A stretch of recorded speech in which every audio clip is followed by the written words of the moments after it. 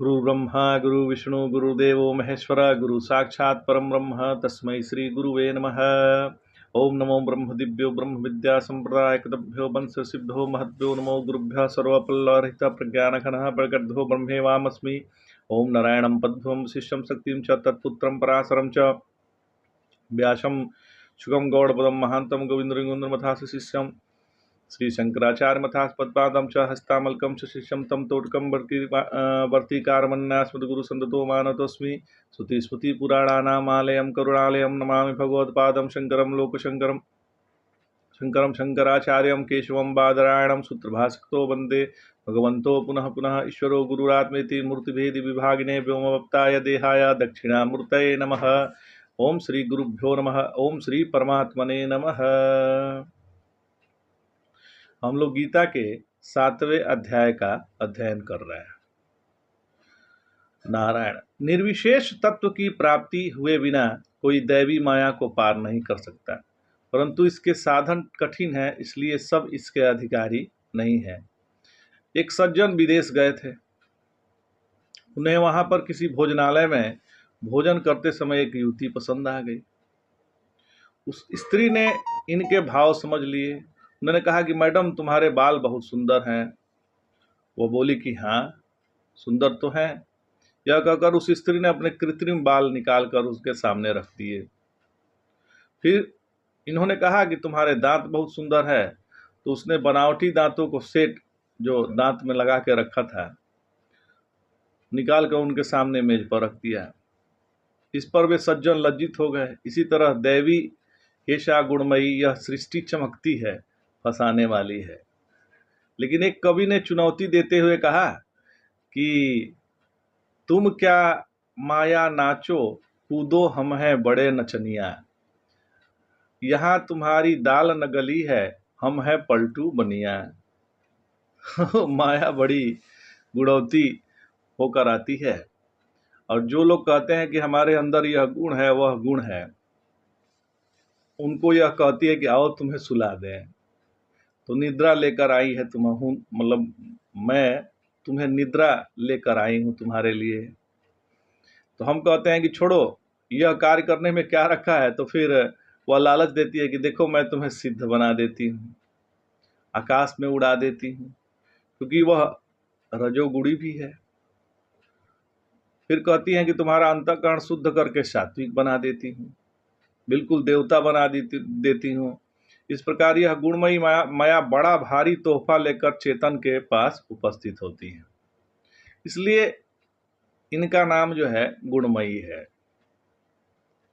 यह देखने में बड़ी चमकनी है और लोगों को मोहित कर लेती है। इसके मोह में पड़कर लोग परमेश्वर की ओर देखते भी नहीं। इस पर भगवान ने कहा कि एक रास्ता है इस गुणमयी माया से बचने के लिए। तो क्या? तो माम एवं ये प्रपद्यन्ते माया मेताम तरंतिते। जो मेरी शरण में आते हैं वे इस माया से तर जाते हैं। कहते हैं कि यह जो मछलियां पकड़ने वाले नदी में जाल फेंकते हैं, तब जो मछलियां मछुआरों के पांव के पास आ जाती है, वह उसके जाल में बिल्कुल नहीं फंसती। इसलिए जहां से यह सृष्टि निकलती है वहीं जाकर हम बैठ जाएं, क्योंकि जादूगर के यदि हम चेले हैं, यदि हम जादूगर के हम चेले बन गए तो हमें अपनी माया में नहीं फंसाएगा वह जादूगर। यदि जादूगर के हम ज़्यादा नज़दीकी हो गए तो हम पहले से ही वो जादू का खेल जो कर रहा है वो हम जानते हैं, तो हम फंसेंगे नहीं। तो इसलिए वो हम भगवान कह रहे हैं कि तुम मेरे शरण में आ जाओ, तुम मेरी माया से बच जाओगे, क्योंकि उन्हीं की माया है। तो भगवान नहीं बचाएंगे तो कौन बचाएगा? भगवत प्राप्ति का प्रयास सब लोग क्यों नहीं करते? इस पर भगवान कहते हैं, न माम दुष्कृतिनो मूढ़ः पूरद्यन्ते नराधमाः माययापहर्त ज्ञान आसुरम भावमाश्रिता। अर्थात जिनका ज्ञान माया द्वारा हर लिया गया है, जिनका ज्ञान माया द्वारा हर लिया गया है और जो आसुरी भाव को आश्रित किए हुए हैं, वे पाप कर्म में तत्पर मनुष्यों में अधम मूढ़ पुरुष मुझे प्राप्त नहीं कर सकते। दुष्कृति जन्म मरण के चक्र को पैदा करने वाले सकाम कर्मों से लगे हुए पुरुष अथवा शास्त्र विरुद्ध कर्म करने वाले विधर्मी या अधर्मरत पुरुष ही दुष्कृति हैं।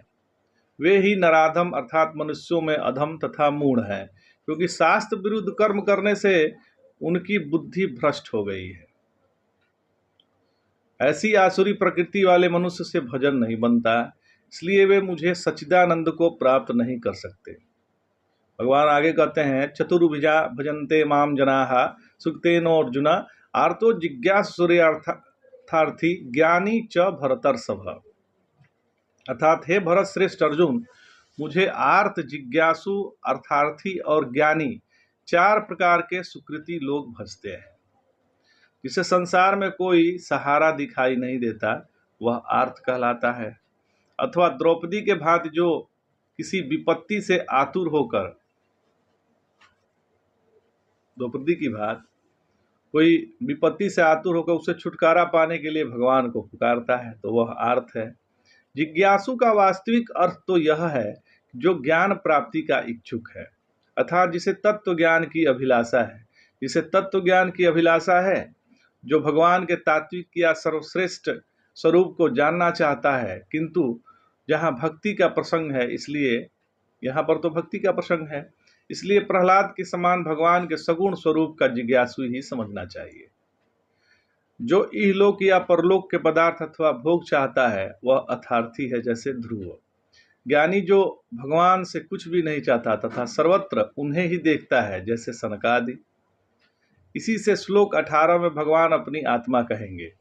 यहाँ ज्ञानी को भक्त बतलाया है, अतः जो भगवत तत्व को जानकर भगवान में अनुरक्त है, ऐसी ज्ञान मिश्रा भक्ति वाला महापुरुष समझना चाहिए। माम का अर्थ है यहाँ सगुण ब्रह्म है, क्योंकि भक्तों का इष्ट वही होता है वर्णाश्रम धर्म का पालन करने से और श्रौत स्मार्त कर्म करने से जिनका अंतःकरण शुद्ध हो गया है। वे शुभ कर्म करने वाले भजनानंदी पुरुष ही सुकृति हैं। जो भजनानंदी है उनसे पाप कर्म नहीं होता, और जो शुभ कर्म करते हैं वे भजनानंदी होते हैं। ऐसे लोग ही अधर्म भीरु हो जाते हैं। आज इतना ही। जय जय शंकर, हर हर।